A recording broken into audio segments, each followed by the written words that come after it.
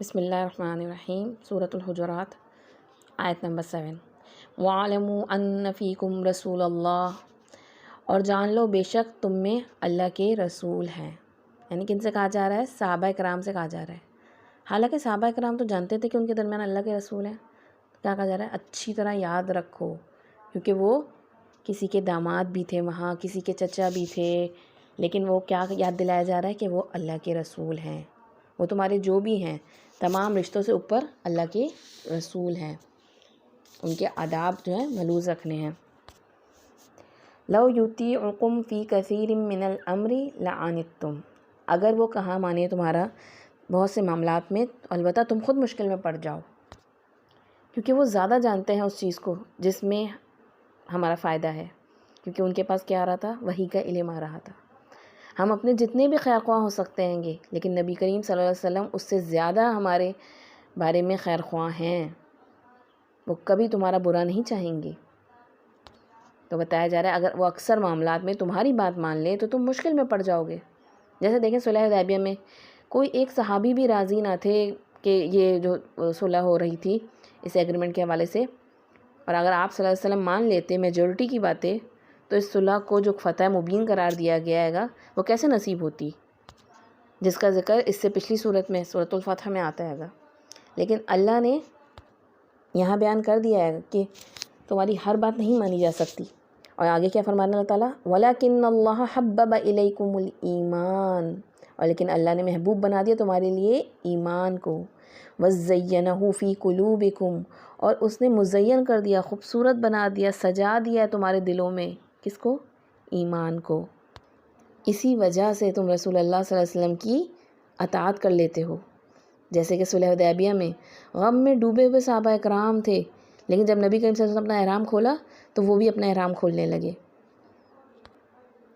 چونکہ صحابہ کرام کے دلوں میں ایمان تھا۔ وہ نبی کریم صلی اللہ علیہ وسلم کی بات فوراً مان لیتے، چاہے وہ بات سمجھ میں آتی یا نہ آتی، ان کی طبیعت اور ان کے نفس پہ گرا و تکلیف دہ ہوتی۔ یہ سب کب ہوتا ہے؟ یہ سب ایمان کی وجہ سے ہوتا ہے۔ ہم کہتے تو ہیں آمنت باللہ و ملائکتہ و رسولہ و کتبہ، اللہ پر، رسولوں پر، آخرت پر، کتابوں پر ایمان، اور یہ ایمان جب دل میں راسخ ہو جاتا ہے تو اتنا قیمتی ہوتا ہے گا کہ جس کی وجہ سے انسان کے اندر اطاعت کا جذبہ پیدا ہوتا ہے۔ اور آگے آیت میں کہا جا رہا ہے وَكَرَّهَ إِلَيْكُمُ الْكُفْرَ وَالْفُسُوقَ وَالْعِصْيَانَ، اور اس نے ناپسندیدہ کر دیا تمہاری طرف کفر کو اور فسوق یعنی گناہوں کو، والعصیان اور نافرمانی کو۔ یعنی اللہ تعالیٰ نے ایمان کی وجہ سے ناگوار بنا دیا ہے گا تمہارے دلوں میں، کس چیز کو؟ کفر کو، فسوق کہتے ہیں کبیرہ گناہوں کو، اور عصیان یعنی صغیرہ گناہ، یہ سب تم کو ناپسند ہیں ایمان کی وجہ سے۔ آج کے دور میں ہم دیکھیں نا، کہتے ہیں کہ بچے بگڑ رہے ہیں، ایتھیسٹ ہو رہے ہیں، ان کا ایمان ختم ہو رہا ہے، تو وجہ کیا ہے؟ کیونکہ ان کا ایمان ہی مضبوط نہیں کیا گیا بچپن سے۔ بچے کو نماز قرآن تو سکھا دیا گیا، رٹایا دیا گیا، لیکن ہم مسلمان کیوں ہیں یہ نہیں سمجھاتے۔ اپنے دین پر فخر، پراؤڈ ہونا، اللہ اور رسول کی محبت، ان سے دلی تعلق قائم نہیں کرواتے۔ انہیں اس بات کا جواب نہیں دے سکتے یا سمجھا سکتے کہ ہم نماز پڑھ کیوں رہے ہیں، اور جب وہ بڑے ہو جاتے ہیں ایمان دل میں نہیں ہوتا تو پھر غلط چیزوں سے جب وہ ایکسپوز ہوتے ہیں تو ہر چیز نکل جاتی ہے۔ کیونکہ حدیث مبارکہ میں آتا ہے جس کے دل میں ایمان واقعی میں داخل ہو جائے تو اس کے لیے کفر کی طرف لوٹنا اتنا ہی ناپسندیدہ ہوتا ہے جتنا آگ میں کودنا۔ تو ایتھیزم کا علاج کیا ہے؟ ایمان کی مضبوطی، اس کو نرش کیا جائے، اور وہ قرآن کے ساتھ تعلق سے ہوتا ہے۔ بچپن سے دل میں رب کی محبت ڈالی جائے اور اس کی بے شمار نعمتوں کا احساس دلا کے اس کی قدرت اور صفات کا احساس دلایا جائے، اور پھر اس کے احکامات کی حکمت بھی سمجھائی جائے، ان کے ذہنوں میں اٹھنے والے سوالوں کے جواب دیے جائیں۔ کیونکہ بعض دفعہ حافظ قرآن بھی یونیورسٹی جا کر ملحد ہو جاتے ہیں، کیونکہ ان کے دلوں میں قرآن کے الفاظ تو ڈالے گئے لیکن ان کا معنی مفہوم نہیں ڈالا گیا، اور جس کی وجہ سے ان کے دل میں حقیقی ایمان پیدا ہوتا۔ بس عربی پڑھنی آ جائے ہم اسی کو کافی سمجھتے ہیں، لیکن جب دل میں ایمان مضبوط ہو جاتا ہے نا، پھر انسان کے لیے مشکل سے مشکل کام بھی، مشکل سے مشکل حکم بھی آسان ہو جاتا ہے۔ جس سے محبت ہوتی ہے نا، اس کے لیے بندہ تکلیف بھی اٹھا لیتا ہے گا، تکلیف اٹھانا بھی اس کے لیے اچھا لگتا ہے۔ تو ایمان دلوں میں سجا ہوا ہے، محبوب ہوتا ہے گا۔ ایمان اصل میں دل کی بہار بن جاتا ہے۔ بڑی سے بڑی مشکل کا پہاڑ طوفان آ جائے، دل میں انسان کے پھر ٹھنڈک رہتی ہے ایمان کی وجہ سے کہ اللہ ہے نا، کوئی بات نہیں، کچھ بھی ہو رہا ہے میرے ساتھ، واپس تو جانا ہے نا، اگر دنیا میں حق نہ بھی ملا تو وہاں جا کر لے لیں گے، کوئی بیماری ہے، کوئی تکلیف اذیت سے گزر رہے ہیں تو کوئی بات نہیں، لمحے لمحے پر اجر ہے۔ یہ ٹیسٹ ہمیں سمجھا رہا ہوتا ہے کہ دعائیں مانگنے کا وقت آ گیا ہے اب زیادہ۔ ایمان کی وجہ سے ہر بڑی چھوٹی مشکل میں کیا ہوتا ہے پھر ڈائریکشن ملتی جاتی ہے۔ قرآن کریم میں آتا ہے نا وَمَن يُؤْمِن بِاللَّهِ يَهْدِ قَلْبَهُ، جو اللہ پر ایمان رکھتا ہے اللہ اس کے دل کو رہنمائی دے دیتا ہے۔ اسی لیے آگے فرمایا جا رہا ہے اولئک هم الراشدون، یہی وہ لوگ ہیں جو ہدایت یافتہ ہیں۔ کون ہدایت یافتہ ہے؟ جن کے دلوں میں اللہ تعالیٰ نے ایمان کو مضبوط کر کے محبوب بنا دیا ہے اور خوبصورت کر دیا ان کے دلوں کو ایمان سے۔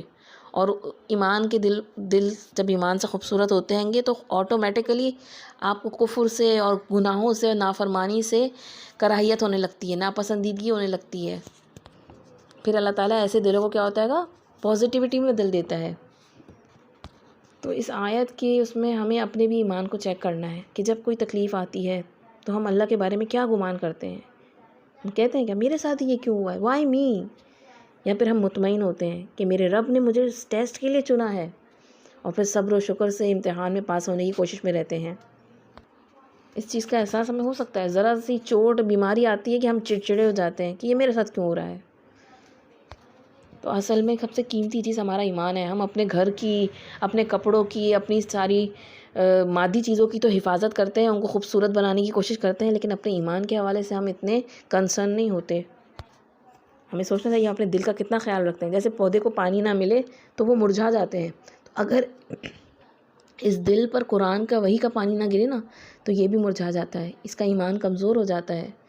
جتنا قرآن سے تعلق ہوگا اتنا ایمان بڑھے گا، اور پھر زینت بخشی جائے گی، اس دل کو خوبصورت کر دیا جائے گا۔ ایک ہوتا ہے نا کسی ساتھ تعلق ہونا، ایسوسیشن ہونا، اور ایک ہوتا ہے کہ کسی کے ساتھ پھر خوبصورت بھی لگنا، اس کا ساتھ جوڑ جو ہے بہترین لگے۔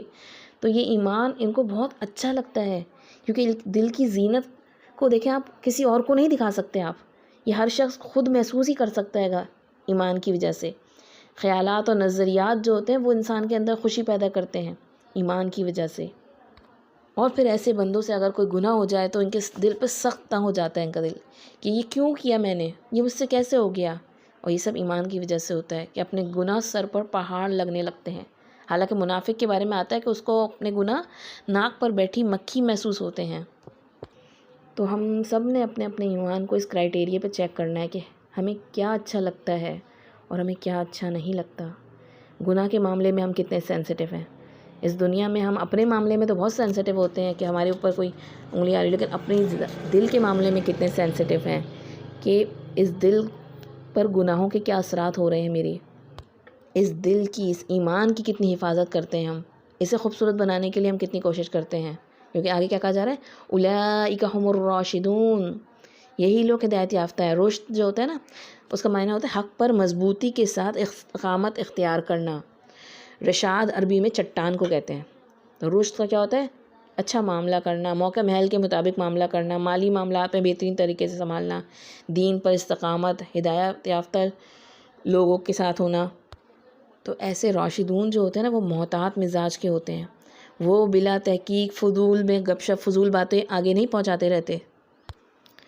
اور اس آیت سے کچھ لوگ الگ معنی بھی لیتے ہیں، جیسے کہ کہا جا رہا ہے وَاعْلَمُوا أَنَّ فِيكُمْ رَسُولَ اللَّهِ، کہ جان لو بے شک تمہارے اندر اللہ کے رسول ہیں۔ تو وہ کیا کہتے ہیں گے کہ نبی کریم صلی اللہ علیہ وسلم حاضر و ناظر ہیں۔ یہ اس وقت صحابہ کرام کس سے خاص طور پہ کہا گیا تھا؟ اگر ہم یہ کہیں کہ وہ بھی سب جانتے ہیں نبی کریم صلی اللہ علیہ وسلم، تو یہ دراصل کیا ہوتا ہے گا، یہ شرک فی العلم ہو جاتا ہے گا۔ اللہ تعالیٰ نے نبی کریم صلی اللہ علیہ وسلم کو تمام انسانوں سے زیادہ علم دیا ہے، لیکن اللہ تعالیٰ کے علم کے برابر کسی کا بھی علم نہیں۔ تو اسی لیے اکثر ہم سنتے ہیں نا میلاد پڑھنے والے کہتے ہیں کہ نبی کریم صلی اللہ علیہ وسلم محفل میں حاضر ہوتے ہیں۔ تو ہو ٹولڈ یو، کہاں سے پتہ چلتا ہے یہ بات، کس نے بتائی آپ کو؟ بے بنیاد باتیں جو گھڑ لی گئی ہیں گی، اس پہ آیت کا دلیل دینا، آؤٹ آف کانٹیکسٹ اس کو کوٹ کرنا، یہ سب بہت سخت باتیں ہیں جو ہمیں اس سورت کے سٹارٹنگ میں پڑھ کے آئے ہیں کہ اللہ اور اس کے رسول سے آگے نہ بڑھو۔ جو بات تمہیں اللہ اور اس کے رسول کی طرف سے کنفرم نہیں ہے وہ اپنی باتوں زبان سے نہ نکالو۔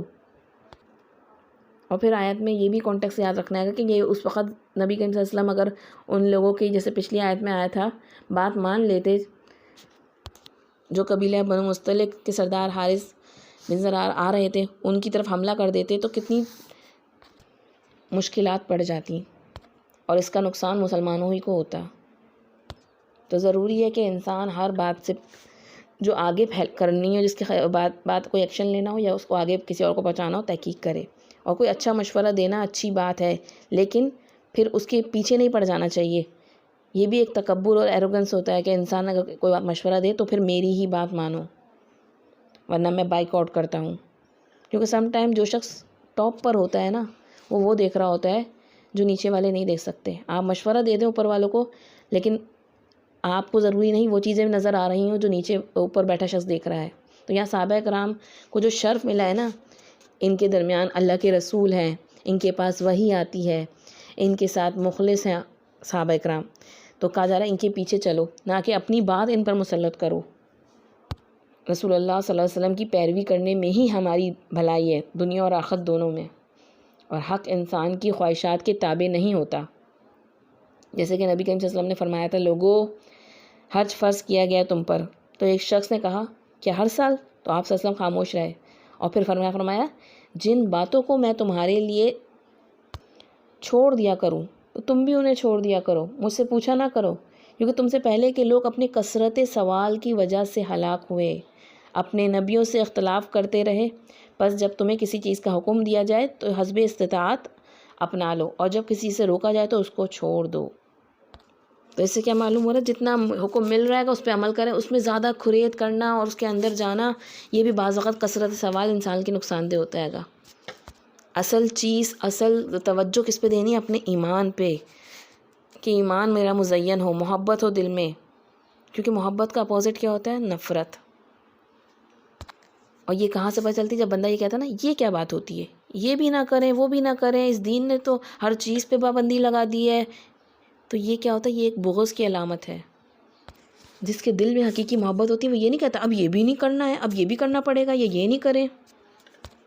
تو جتنا ایمان ہوگا نا اتنا ہی اطاعت کے عمل کو وہ آسان کر دیتا ہے، کہ اللہ کے راستے پہ، اللہ اور اس کے رسول کے راستے پہ چلنا اتنا آسان ہو جاتا ہے۔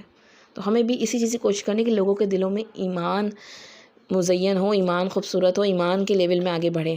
بعض وقت ہم دیکھتے ہیں علماء کرام میں بھی فقہی مسائل میں زیادہ بحث و مباحثے کرتے ہیں گے، ایمان کے لیول کو انکریز کرنے والی ٹاکس کم ہوتی ہیں۔ تو ہمیں لوگوں کو اللہ اور اس کے رسول کی محبت اور ایمان میں مزین کرنا ہے گا، جس کی وجہ سے کوشش کرنی ہے حقیقی معنوں میں رشد و ہدایت اور ایمان اللہ تعالیٰ کی طرف سے ہی نصیب ہوتا ہے۔ لیکن ایسی باتیں جن کی وجہ سے فقہی اور مسائل میں انسان ایک دوسرے پہ صرف فتوی لگاتا رہے، اس سے زیادہ بہتر ہے کہ انسان ایسی قرآن و حدیث کی ایسی باتیں اور ایسے علم کو عام کرے جس کی وجہ سے ایمان مضبوط ہو، ایمان بڑھے، گرو کرے، نرش ہو۔ اور اسی حوالے سے اگلی آیت میں کہا جا رہا ہے گا فضلا من اللہ والنعمہ، یہ فضل ہے اللہ کی طرف سے اور نعمت ہے بہت بڑی، ایمان کا مل جانا۔ واللہ علیم حکیم، اور اللہ خوب علم والا ہے، خوب حکمت والا ہے۔ یعنی ایمان کا محبوب ہونا، دلوں کی زینت ہونا اللہ کی طرف سے فضل و احسان ہے، اور اللہ سب جاننے والا ہے، جس کو دینا چاہے اس کو ہی دیتا ہے۔ وہ رب تو بادشاہ ہے، جس کو چاہے عطا کر دے۔ یہ اللہ اپنے علم کی بنا پر لوگوں میں بانٹتا ہے۔ کیونکہ سوچنے کی بات ہے نا، منافق بھی تو وہیں رہتے تھے جہاں قرآن نازل ہو رہا تھا، لیکن ان کو نصیب نہ ہوا، کیونکہ اللہ کو معلوم تھا کہ ان کے دل ڈیزرو نہیں کرتے۔ تو ہر شخص کو اللہ نے مختلف نعمت و فضل سے نوازا ہوتا ہے، اور ہم دنیا میں فضل کس کو سمجھتے ہیں؟ دنیا کے مال و دولت کو۔ ھذا من فضل ربی کہا جاتا ہے، کہاں لکھا جاتا ہے، لیکن اللہ تعالیٰ کی طرف سے بہترین فضل اور نعمت کیا ہے؟ ایمان۔ ایسے دل جو ایمان سے مزین ہوں، جنہیں کراہیت آتی ہو کفر سے، فسوق سے اور نافرمانی سے، اور یہی لوگ اللہ تعالیٰ کی طرف سے ہدایت یافتہ ہیں۔ اللہ تعالیٰ ہمارے دلوں کو بھی ایمان سے مزین فرمائے اور ہمیں